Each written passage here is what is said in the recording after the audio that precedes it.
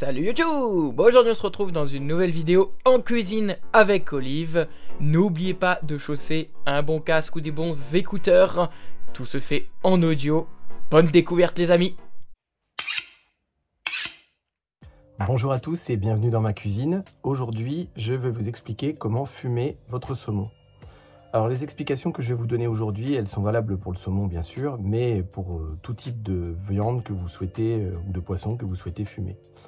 On changera juste le temps de salage, le temps de séchage. Après, vous avez des tableaux indicatifs que vous trouvez sur internet pour savoir exactement, pour le bacon, pour le rôti de bœuf, le filet mignon, le magret de canard et autre chose voilà, que vous pouvez fumer. Vous trouverez donc, comme je vous disais, des tableaux avec tous les temps de salage et de séchage pour chaque viande. Après, c'est toujours approximatif. Sachez que plus vous laissez longtemps votre salage, plus la viande ou le poisson sera salé, plus le morceau sera gros, plus le temps de séchage sera important. Voilà, ce sont les données à retenir. Alors, c'est vrai qu'un fumoir, c'est un investissement. Hein. Je vous décrirai mon fumoir un petit peu plus tard dans la vidéo. C'est pas quelque chose de très conséquent, c'est un petit fumoir de table, suffisamment grand pour fumer les morceaux de viande dont je vous ai parlé juste avant. Ça représente à peu près 200 € à peu près d'investissement. Alors vous allez me dire, oui, bah, autant acheter de la viande déjà fumée ou du poisson déjà fumé. Ben, vous vous rendrez vite compte que ça peut devenir très économique. Prenons pour exemple le saumon fumé que je vais préparer aujourd'hui. Mon saumon faisait 2,6 kg. Une fois les 2 filets levés, il me restait à peu près 2 kg de poisson. Donc j'ai enlevé le bout de la queue qui était trop fin parce que sinon ça aurait été trop salé et trop fumé. Donc je pense que j'ai à peu près 1,9 kg, 1,8 kg, entre 1,8 kg et 1,9 kg de poisson. Et j'ai payé mon saumon à peu près 40 €. Donc vous voyez, faites le calcul. J'ai quasiment 2 kg de poisson fumé. Pour 40 €, ça fait 20 € le kilo. Vous ne trouverez jamais du saumon fumé à ce prix-là. Hein. Ça, c'est impossible. Et surtout, de cette qualité-là, pour le coup, vous allez le payer dans les 60 ou 70 € le kilo. Donc vous voyez, la différence, elle est vite faite. Et un fumoir, c'est un investissement que l'on garde à vie, j'ai envie de vous dire. Donc du coup, vous l'avez très vite rentabilisé. D'autant plus que vous fumez du coup tous les aliments que vous aimez. Vous pouvez fumer des gambas, vous pouvez fumer des noix de Saint-Jacques, de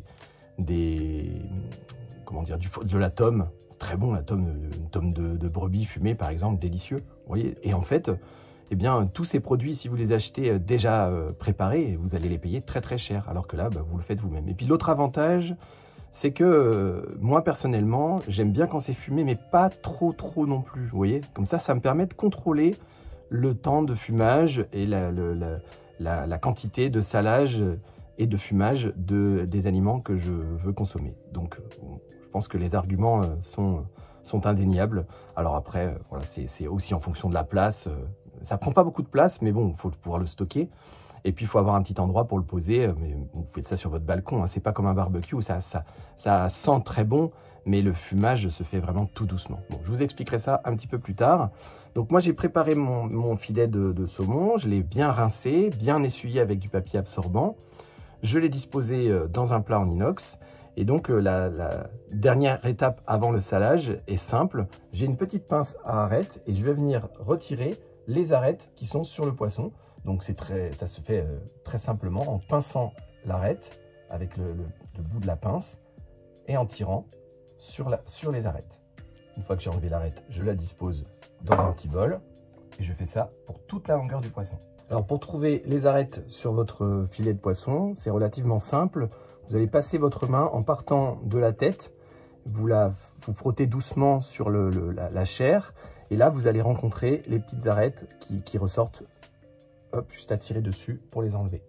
C'est un petit peu fastidieux, disons ça prend du temps, mais c'est tellement agréable ensuite lorsque l'on prépare son saumon de ne pas avoir d'arêtes dessus. Voilà, donc moi j'ai enlevé toutes les arêtes de mon filet. L'étape suivante, eh bien, c'est le salage. Alors c'est relativement simple, hein, j'ai un grand pot avec du sel. Je vais verser tout simplement sur mon filet de poisson du sel. En fait, je ne peux pas vous dire exactement la quantité de sel que j'utilise parce que ça varie vraiment en fonction de la taille du filet.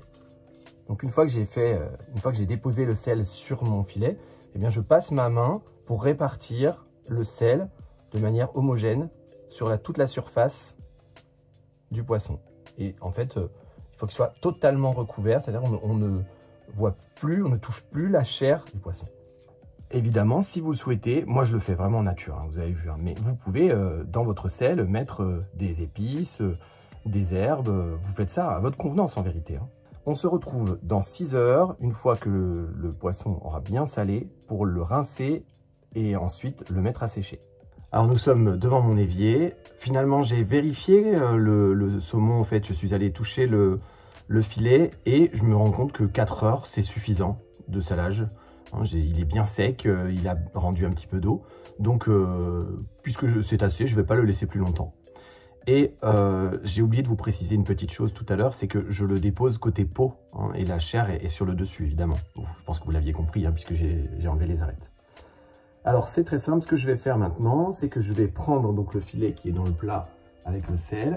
J'y vais doucement parce que je ne veux pas mettre de sel partout. Avec ma main, j'en enlève un petit peu de sel déjà. Le laisser dans le plat. Et ensuite, je vais le passer sous l'eau. Pour enlever le sel, sous l'eau froide, bien le rincer. J'en profite également pour enlever les quelques écailles qui restent. Pourtant, je l'avais rincé, hein, vous vous souvenez, je vous l'ai dit tout à l'heure. Mais il en reste encore un petit peu, donc je les enlève. Bon, après, de toute façon, la peau, on la consommera pas. Donc, s'il y a quelques écailles sur la peau, c'est pas très grave. Hein. Voilà. Là, mon filet est rincé. Sur ma droite, j'ai l'endroit où on pose normalement le petit panier où on met les couverts à sécher, les assiettes à sécher. Donc j'ai enlevé tout ça. J'ai donc une belle surface de travail juste à côté de mon évier sur laquelle j'ai posé du papier absorbant. Donc je viens déposer mon filet sur le papier absorbant que j'avais installé sur mon plan de travail, si on veut. Puis ensuite, je découpe d'autres papiers absorbants que je vais mettre par-dessus pour bien essuyer le filet. J'appuie avec mes mains. Je vais le faire au moins 2 fois. Ce que je fais, c'est que je prends une longue bande de papier absorbant et je la plie en 2. Comme ça me fait un petit peu plus d'épaisseur. Là, j'ai retourné ma feuille. Puis mon filet, je vais aller le déposer dans mon fumoir. Toujours la peau au-dessous, sur la grille du fumoir. Je vais recouvrir mon fumoir et je vais laisser mes filets sécher tranquillement jusqu'à demain matin, donc compter une quinzaine d'heures à peu près, voilà. Alors il y a à peu près une petite vingtaine d'heures de passé depuis la mise au séchage hier dans la journée. Donc je vais commencer par vous décrire le fumoir, puis ensuite je vais vous expliquer la procédure pour lancer le fumage. Alors mon fumoir, c'est un fumoir de table, c'est-à-dire que c'est un fumoir qui se pose à plat sur une table, voilà, ou sur une petite table du jardin par exemple, si vous avez ça chez vous. C'est pas un fumoir vertical, c'est-à-dire qu'on va fumer à l'horizontale. Mes morceaux de viande, de poisson, sont posés sur des grilles qui font 60 cm de longueur sur une petite vingtaine de centimètres de largeur. Le fumoir, lui, fait 70 cm de longueur sur un peu plus, 20-21 cm de largeur et 15 cm de profondeur. J'ai 2 grilles, donc ça me permet de fumer mes 2 filets de saumon en même temps. Alors pour vous donner un ordre d'idée, pour ceux qui n'ont pas vu sur la photo, j'ai de la marge, hein. Mon filet n'est pas très gros, il fait à peu près un petit peu moins d'1 kg, donc il me reste encore au moins 20 cm de longueur de filet si je le souhaitais, hein. Donc on peut y aller sans problème sur un filet qui fera 1,5 kg par exemple, sur un saumon d'environ 3 kg, 3,5 kg. Au-delà, ça va commencer à faire un petit peu juste au niveau de la taille. Le fumage vertical permet de fumer par exemple des grosses pièces comme des jambons. Bon, ça, je ne peux pas le faire moi. Après, comme je vous ai dit déjà tout à l'heure, pour des morceaux plus petits comme des magrets ou des filets mignons, ça passe très bien. Il n'y a pas de souci. Au bout du fumoir, sur ma droite, j'ai un emplacement vide. C'est l'emplacement dans lequel je vais venir déposer la petite grille qui contient la sciure de bois de hêtre. On peut utiliser d'autres essences de bois, sauf du résineux. À chaque extrémité du fumoir, il y a 2 petites fentes qui ressemblent un peu aux fentes que l'on a sur les tirelires par exemple. Et c'est via ces petites fentes que l'air va pouvoir circuler à l'intérieur du fumoir pour que ça se consume doucement et qu'en même temps la fumée puisse s'échapper. Alors on parle de fumage à froid, c'est-à-dire que je ne chauffe pas les aliments que je fume, hein. Ils ne sont pas dans un grill par exemple, non, ils sont juste à température en dessous de 30 degrés et c'est un fumage qui est assez long, hein. Là je vais mettre pour 4 à 5 heures de fumage à peu près. Et en fait la longueur de fumage, eh bien, on l'a fait en fonction de la sciure que l'on met dans la petite grille de sciure. Donc je vais tout de suite la verser, j'en ai dans un petit sac là, avec une cuillère. J'ai mis sous ma grille un petit morceau de papier, histoire de récolter ce qui va tomber à côté, comme ça je n'en gaspille pas. Et sur mes 3 côtés, je vais en remplir 2, donc une extrémité plus le bout. Et puis l'autre côté, je vais mettre à peu près la moitié. Je ne vais pas tasser ma sciure parce que le but c'est que l'air puisse circuler. Si je tasse trop, ça s'éteint tout le temps, c'est un peu pénible. Donc je la dépose mais je n'appuie pas avec mes doigts, je vérifie juste très délicatement où j'en suis dans mes quantités pour pouvoir doser au maximum. Évidemment si vous le faites et que vous voyez, surtout vous ne touchez pas en fait, hein. Vous laissez, Alors dans le cas où vous avez besoin de faire une fumaison plus longue, pour un morceau de viande plus important par exemple, eh bien c'est facile. Lorsque votre petite grille est vide, vous la sortez puis vous la re-remplissez. Donc il faudra venir vérifier régulièrement si ça fume bien. Il peut se produire parfois que le fumoir s'éteint, donc c'est pas grave, il suffit juste de le rallumer, hein. C'est pas gênant, il suffit qu'il y ait un petit coup de vent ou que la sciure soit un petit peu trop serrée à l'intérieur du support. Donc là j'ai mis suffisamment de sciure à l'intérieur, je vais venir redéposer mon petit support à l'intérieur du fumoir, j'y vais délicatement, histoire de ne pas renverser. Et puis ensuite, je vais prendre mon chalumeau de cuisine, donc celui dont je me sers par exemple lorsque je fais la crème brûlée. Si vous avez un briquet, ça peut fonctionner aussi, mais l'avantage du chalumeau, c'est qu'il est plutôt imposant.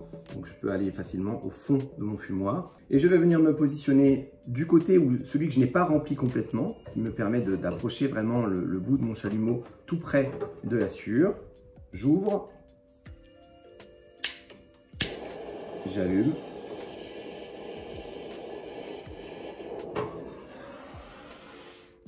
Voilà, donc ça y est, ça commence à fumer, tout simplement. Donc je vais déposer le couvercle sur le fumoir et je vais venir vérifier dans un quart d'heure si jamais la fumée ne s'est pas éteinte, auquel cas je rallumerai tout simplement. On se retrouve pour la dernière étape, à savoir le découpage des filets et la mise sous vide. Donc ça y est, le saumon est fumé. La dernière étape, c'est la mise sous vide. En effet, la fumée s'est arrêtée à plusieurs reprises, donc il a fallu que je rallume le fumoir 2 fois. Mais c'est pas très grave, c'est normal, ça fait ça à chaque fois. Je vais couper tout de suite un morceau de saumon, donc d'environ 10 cm à peu près de longueur. Je le laisse avec la peau, hein. Et puis, je vais le mettre sous vide. Alors pour cela, j'ai une machine, une petite machine de la marque Lacor. Alors, je ne suis pas sponsorisé, vous en doutez bien. Donc, prenez les marques que vous souhaitez. Moi, je vous dis juste ce que j'utilise. Elle est relativement simple d'utilisation et très accessible. Donc, ça a la forme comme une petite imprimante, si vous voulez, en miniature, avec 3 boutons sur le dessus. Le premier bouton, ça va servir à sceller le plastique. Donc ça, en fait, ça le chauffe très fort et puis ça fait que l'extrémité se colle. Le bouton qui est au milieu, c'est un bouton d'arrêt. Si jamais vous mettez sous vide quelque chose et puis que vous voyez, ça rentre tout juste. Donc des fois, ça va faire l'aspiration et puis finalement, vous vous rendez compte que ça ne marche pas. Et vous arrêtez avant que ça scelle. Parce que sinon, une fois qu'il est scellé, et s'il est scellé, ça ne sera pas sous vide, mais ce sera scellé quand même. Et puis le dernier bouton va servir à mettre sous vide et à sceller l'autre extrémité. Donc pour commencer, je vais sceller d'abord un des bouts du papier. Donc c'est des rouleaux de papier que j'achète toujours de la même marque, Lacor. Et en fait, il y a 2 tailles dans le paquet, donc c'est pratique en fonction de la dimension de ce qu'on doit mettre à l'intérieur. Je ferme. Donc là, mon sac sous vide, si l'on veut, il est coincé en fait. Donc j'appuie sur le premier bouton. Voilà, vous avez dû entendre le petit tac. Le petit tac, ça veut dire que c'est scellé. Donc quand je rouvre, donc j'ai 2 boutons à chaque extrémité, j'appuie dessus, ça ouvre le petit couvercle. Lorsque je récupère, si vous passez la main, vous allez sentir, c'est tiède, hein, c'est pas chaud. Hein. Mais en tout cas, c'est fermé. Donc après, il me reste juste à mettre le morceau que je viens de couper à l'intérieur. Je pose l'extrémité qui est encore ouverte dans la machine. J'essaie de faire ça proprement, que ce soit droit. Je referme. Et j'appuie sur le troisième bouton, celui qui est tout à droite si l'on prend la machine face à soi. Voilà, je réouvre et je retrouve mon morceau de saumon sous vide. Le plastique est bien collé au saumon. Et là, je peux le conserver sans problème pendant 3 semaines. Donc là, ce sera parfait pour Noël. J'ai même pas besoin de le mettre au congélateur. Et si jamais je veux le congeler, eh bien, j'ai juste à le faire en le congelant dans son paquet sous vide. Voilà, et bien j'en ai terminé avec mes explications. J'espère ne rien avoir oublié. De toute façon, il y a toujours les commentaires. Si jamais vous avez des questions, n'hésitez pas. Et puis, bah, écoutez, je vous souhaite un bon appétit, bonne préparation pour les fêtes de Noël. Et puis, bah, à très bientôt pour une nouvelle recette.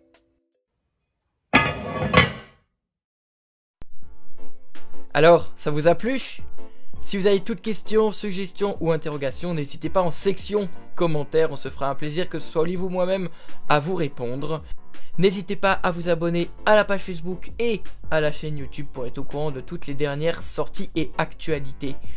Également les amis, partagez le contenu, ce sera important pour nous et pour ceux qui souhaitent apprendre à faire de bons plats. Bon appétit, à la prochaine!